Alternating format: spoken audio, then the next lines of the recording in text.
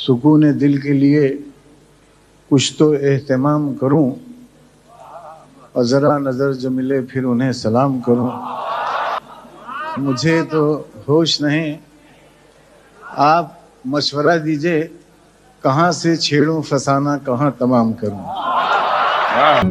दिल में छुपा के प्यार का तूफान ले चले, हम आज अपनी मौत का सामान ले चले, मौत का सामान ले चले।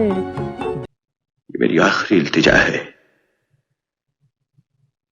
दुनिया में दिल वाले का साथ देना, दौलत वाले का नहीं। अस्सलाम वालेकुम। शोबिज़ अनसेंसर्ड की नई एपिसोड के साथ अमजद हादी यूसुफज़ई आपकी खिदमत में हाजिर है। आज हम बात करेंगे पेशावर के सपूत दिलीप कुमार की। उस हवाले से आप काफ़ी रिपोर्ट्स देख चुके होंगे कि भाई वो कैसे फ़नकार थे, उन्होंने क्या क्या किया, क्या नहीं किया। लेकिन आज हम उनके कैरियर के हवाले से कुछ मुख्तलिफ बातें करेंगे जिन पर किसी और ने बात नहीं की। वो बेहतरीन अदाकार थे, सब जानते हैं, लेकिन उनकी उसूल पसंदी का मैं कायल हूँ। यानी वो अगर किसी फिल्म में एक हीरोइन के साथ आए तो फिर उनके साथ उन्होंने दोबारा उनके भाई नहीं बने या उनके बेटे नहीं बने। हीरोइन थी तो हीरोइन उसको समझा, और किसी अदाकारा के साथ बेटे का रोल किया तो उनके हमेशा बेटे रहे, भाई का रोल किया भाई रहे। इस वजह से उन्होंने एक बहुत बेहतरीन फिल्म मदर इंडिया भी छोड़ी। उस फिल्म में दिलीप कुमार को नरगिस के बेटे और शौहर दोनों किरदारों की ऑफर हुई थी। यंग टू ओल्ड कैरेक्टर था, लेकिन दिलीप साहब ने अपने उसूलों पर सौदाबाजी नहीं की, समझौता नहीं किया और वो फिल्म छोड़ दी। फिर उस फिल्म में नरगिस की फरमाइश पर शौहर के किरदार के राजकुमार और बेटे के किरदार के लिए सुनील दत्त को लिया गया। वो फिल्म यादगार साबित हुई, बहुत बड़ी हिट रही, लेकिन दिलीप साहब को कोई अफसोस नहीं हुआ क्योंकि उन्होंने उसूल नहीं छोड़े अपने। इसके अलावा वी शांताराम ने उन्होंने अपने एक फिल्म में हीरो के किरदार की ऑफर की, लेकिन उस फिल्म के एक सीन, बल्कि क्लाइमेक्स सीन में अपनी शर्ट उतारनी थी, लेकिन दिलीप ने वो फिल्म भी छोड़ दी। कहते मैं शर्ट नहीं उतार सकता, और सारी उम्र उन्होंने कभी किसी फिल्म में शर्ट नहीं उतारी। अब तो फैशन बन गया, अब तो बगैर शर्ट के हीरो किसी को नहीं मानते।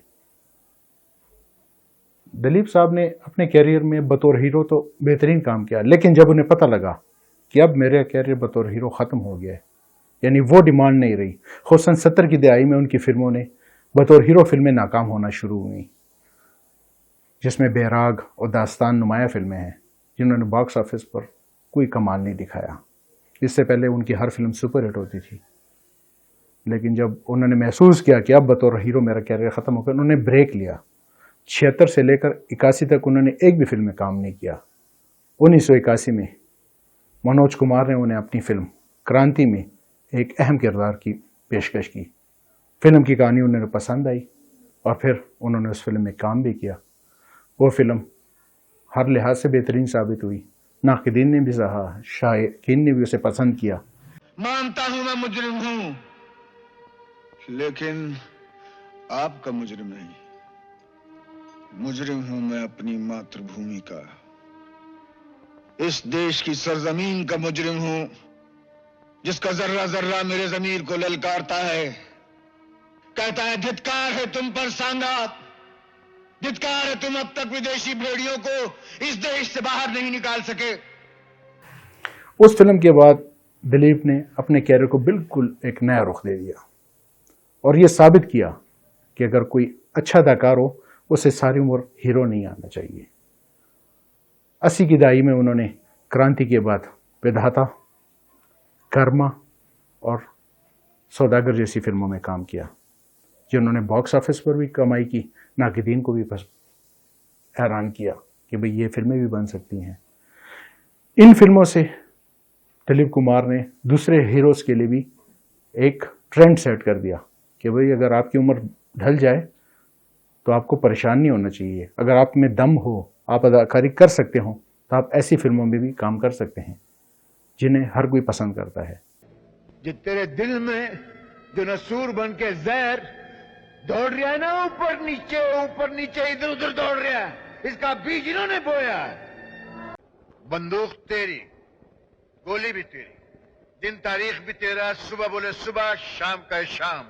आवाज दे तू, वीर सिंह तेरे को सामने होना चाहिए भी नहीं। मुझे खुशी है कि तुम्हें हिंदुस्तानी थप्पड़ का अंदाजा हो गया। ख्याल रहे ये सिर्फ एक हाथ था, बाकी तुम खुद काफी समझदार आदमी हो। दिलीप साहब की उसूल पसंदी के हवाले से मैंने आपको चंद मिसालें दी। अब आप कहेंगे कि और अदाकारों ने इस तरह कैसे किरदार किए हैं, तो मैं यहाँ पर अमिताभ बच्चन की मिसाल देना चाहता हूँ। वो वहीदा रहमान और राखी के साथ बतौर हीरो भी आए और फिर चंद फिल्मों में उन्होंने उनके बेटे का रोल भी किया। यानी अब ऐसी ऑफर अगर दिलीप को होती तो वो ना करते, और उन्होंने इसकी मिसाल भी कायम की मदर इंडिया में काम ना करके। दीगर हवालों से एक फिल्म थी इनकी गंगा जमुना, अपने वक्त की बेहतरीन फिल्म थी, 60 की दहाई में रिलीज़ हुई थी। जब यह फिल्म बनी, सेंसर बोर्ड में पेश हुई, तो इसके हवाले से सेंसर बोर्ड के अरकान ने एतराज़ किया। उन्होंने कहा भाई इस फिल्म में आपको 250 सीन काटने पड़ेंगे। दिलीप को जब ये पता लगा तो उन्होंने कहा भाई ये तो इस फिल्म के लिए नागुज़ीर हैं ये सीन, मैं नहीं काट सकता। फिर इस हवाले से उन्होंने जवाहरलाल नेहरू से मुलाकात का वक्त मांगा। जवाहरलाल नेहरू ने कहा सिर्फ आपको 15 मिनट मिलेंगे, आपने मुझे कायल कर दिया तो फिर देखेंगे। वो मुलाकात 15 मिनट से 1.5 घंटे जारी रही। फिर जवाहरलाल नेहरू ने सेंसर बोर्ड को फ़ोन किया कि ये फिल्म को पास करें। फिर वो फिल्म रिलीज़ हुई और ट्रेंड सेटर साबित हुई। बदकिस्मती से उस फिल्म के लिए दिलीप को बेस्ट एक्टर का अवार्ड नहीं मिला। उस साल बेस्ट एक्टर का अवार्ड राज कपूर को जिस देश में गंगा बहती है से मिला। गंगा जमुना के लिए अवार्ड न मिलने का उन्हें काफ़ी अफसोस भी था। शायद इसी वजह से आइंदा फिर कभी फिल्म प्रोड्यूस नहीं की। गंगा जमुना उनकी पहली और आखिरी बतौर प्रोड्यूसर फिल्म थी। इस हवाले से अमिताभ बच्चन ने बहुत ज़बरदस्त एक बात की कि उन्हें जब कोई किसी फिल्म में बेहतरीन काम के लिए अवार्ड नहीं मिलता तो वो कहते यार जब गंगा जमुना के लिए दिलीप कुमार को अवार्ड नहीं मिला तो मैं क्या चीज़ हूँ, मुझे नहीं मिला तो कोई अफसोस नहीं। दिलीप कुमार के ढलती उम्र में यंग टू ओल्ड कैरेक्टर्स के हवाले से हम बात कर रहे थे कि उन्होंने फिर कर्मा, विधाता और सौदागर जैसी फिल्मों में काम किया। इन फिल्मों से उन्होंने अपने आप को बेहतरीन अदाकार साबित किया। जब अमिताभ बच्चन को बतौर हीरो लोगों ने मुस्तरद कर दिया और उनकी फिल्में पै दर पे नाकाम होने लगी, जैसे तूफ़ान, जादूगर, मृत्युदंड, लाल बादशाह, जब ये फिल्में फ्लॉप हुई और उनको काफ़ी नुकसान भी उठाना पड़ा, तो उस वक्त उन्होंने फिर दिलीप कुमार के नक्शे कदम पर चलते हुए कैरेक्टर रोल्स करना शुरू किए। और फिर उन्होंने 2000 में मोहब्बतें से अपने कैरियर का नया रुख ऑडियंस के सामने पेश किया।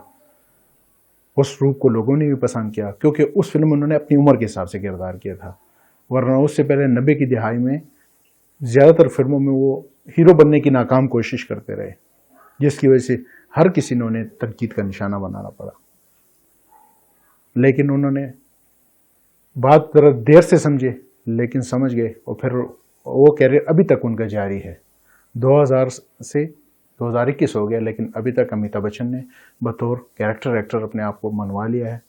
अब भी उन्हें फिल्म में अच्छे रोल मिल रहे हैं, लेकिन इस बात का क्रेडिट दिलीप कुमार साहब को जाता है कि उन्होंने इंडस्ट्री को ये ट्रेंड दिया जिसकी वजह से अब ढलती उम्र के हीरोज़ के लिए भी परेशानी का कोई मसला नहीं है।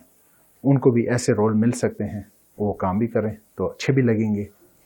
दिलीप कुमार अब हम में नहीं रहे, लेकिन अपने बेहतरीन काम की वजह से वो हमेशा याद रखे जाएंगे। उनमें एक ये कमाल भी था कि उन्होंने कभी पैसे को अपना मकसद नहीं बनाया, पैसे बनाने को, यानी कम और मयारी काम किया।